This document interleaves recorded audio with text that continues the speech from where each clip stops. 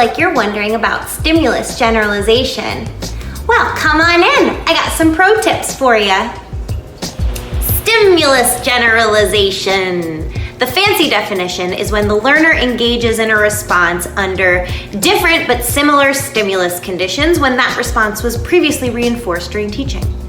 What that actually means is that the learner can do what you taught them when the people, the materials, and the setting are all different than they were during teaching.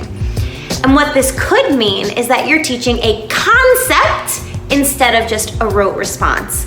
Concept, big, big world. Rote response, teeny, teeny, limited little box. Items, context, setting, and people.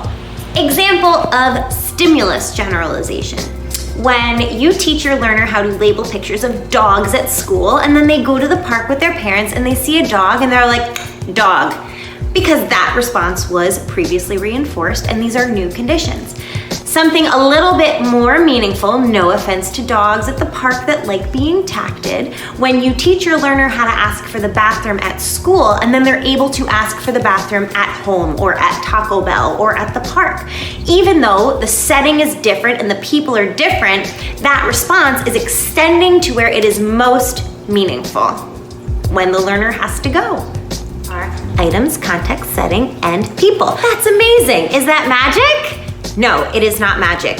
Pro tip, when you're teaching, you need to vary certain elements in order to work on those concepts instead of just rote responses. So what are the elements? The elements are items, context, setting, and people. Items, context, setting, and people. Items, context, setting, people.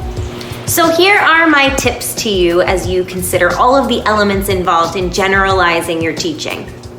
Number one, your items. Use multiple exemplars, use different materials. Number two, the context that you're presenting these materials.